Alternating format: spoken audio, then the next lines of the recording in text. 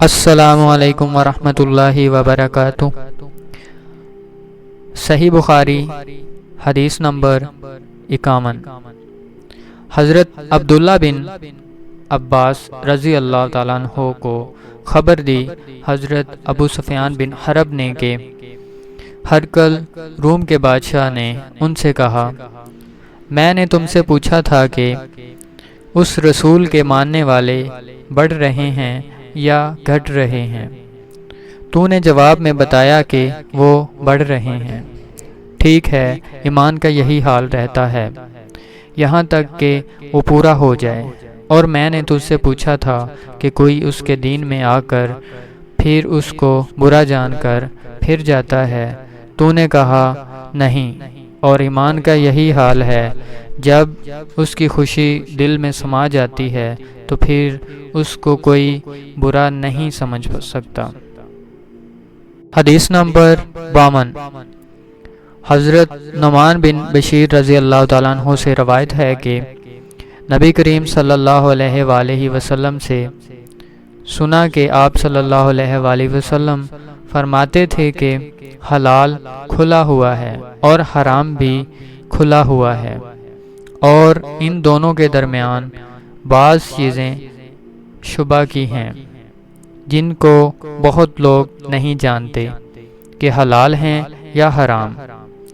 پھر جو کوئی شبہ کی چیزوں سے بھی بچ گیا اس نے اپنے دین اور عزت کو بچا لیا، اور جو کوئی ان شبہ کی چیزوں میں پڑ گیا اس کی مثال اس چرواہے کی ہے جو شاہی محفوظ چراگاہ کے آس پاس اپنے جانوروں کو چرائے۔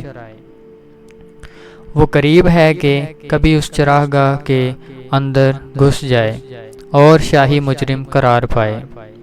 سن لو، ہر بادشاہ کی ایک چراگاہ ہوتی ہے۔ اللہ کی چراگاہ اس کی زمین پر حرام چیزیں ہیں، پس ان سے بچو۔ اور سن لو، بدن میں ایک گوشت کا ٹکڑا ہے، جب وہ درست ہوگا سارا بدن درست ہوگا، اور جہاں بگڑا سارا بدن بگڑ گیا۔ سن لو، وہ ٹکڑا آدمی کا دل ہے۔ حدیث نمبر 53۔ حضرت ابو جمرہ سے روایت ہے کہ میں عبداللہ بن عباس رضی اللہ تعالیٰ عنہ کے پاس بیٹھا کرتا تھا۔ وہ مجھ کو خاص اپنے تخت پر بٹھاتے ایک دفعہ کہنے لگے کہ تم میرے پاس مستقل طور پر رہ جاؤ، میں اپنے مال میں سے تمہارا حصہ مقرر کر دوں گا۔ تو میں نے 2 ماہ تک ان کی خدمت کی۔ پھر کہنے لگے کہ عبد القیس کا وفد جب نبی کریم صلی اللہ علیہ وآلہ وسلم کے پاس آیا تو آپ نے پوچھا کہ یہ کون سی قوم کے لوگ ہیں یا یہ وفد کہاں کا ہے؟ انہوں نے کہا کہ ربیہ خاندان کے لوگ ہیں۔ آپ صلی اللہ علیہ وآلہ وسلم نے فرمایا، مرحبا، اس قوم کو یا اس وفد کو نہ ذلیل ہونے والے نہ شرمندہ ہونے والے، یعنی ان کا آنا بہت خوب ہے۔ وہ کہنے لگے کہ اے اللہ کے رسول، ہم آپ کی خدمت میں صرف ان حرمت والے مہینوں میں آ سکتے ہیں، کیونکہ ہمارے اور آپ کے درمیان مضر کے کافروں کا قبیلہ آباد ہے۔ پس آپ ہم کو ایک ایسی قطعی بات بتا دیجئے جس کی خبر ہم اپنے پچھلے لوگوں کو بھی کر دیں جو یہاں نہیں آئے، اور اس پر عمل درآمد کر کے ہم جنت میں داخل ہو جائیں۔ اور انہوں نے آپ سے اپنے برتنوں کے بارے میں بھی پوچھا۔ آپ صلی اللہ علیہ وآلہ وسلم نے ان کو 4 باتوں کا حکم دیا اور 4 قسم کے برتنوں کو استعمال میں لانے سے منع فرمایا۔ ان کو حکم دیا کہ ایک اکیلے اللہ پر ایمان لاؤ۔ پھر آپ صلی اللہ علیہ وآلہ وسلم نے پوچھا کہ جانتے ہو ایک اکیلے اللہ پر ایمان لانے کا مطلب کیا ہے؟ انہوں نے کہا کہ اللہ اور اس کے رسول ہی کو معلوم ہے۔ آپ صلی اللہ علیہ وآلہ وسلم نے فرمایا کہ اس بات کی گواہی دینا کہ اللہ کے سوا کوئی معبود نہیں، اور یہ کہ محمد صلی اللہ علیہ وآلہ وسلم اس کے سچے رسول ہیں، اور نماز قائم کرنا اور زکوٰۃ ادا کرنا اور رمضان کے روزے رکھنا اور مال غنیمت سے جو ملے اس کا 5واں حصہ مسلمانوں کے بیت المال میں داخل کرنا، اور 4 برتنوں کے استعمال سے آپ صلی اللہ علیہ وآلہ وسلم نے ان کو منع فرمایا۔ سبز لاکھی مرتبان سے اور کدو کے بنائے ہوئے برتن سے، لکڑی کے کھودے ہوئے برتن سے اور روغنی برتن سے، اور فرمایا کہ ان باتوں کو حفظ کر لو اور ان لوگوں کو بھی بتلا دینا جو تم سے پیچھے ہیں اور یہاں نہیں آئے۔ حدیث نمبر 54۔ حضرت عمر رضی اللہ تعالیٰ عنہ سے روایت ہے کہ نبی کریم صلی اللہ علیہ وآلہ وسلم نے فرمایا، عمل نیت ہی سے صحیح ہوتے ہیں، یا نیت ہی کے مطابق ان کا بدلہ ملتا ہے، اور ہر آدمی کو وہی ملے گا جو نیت کرے گا۔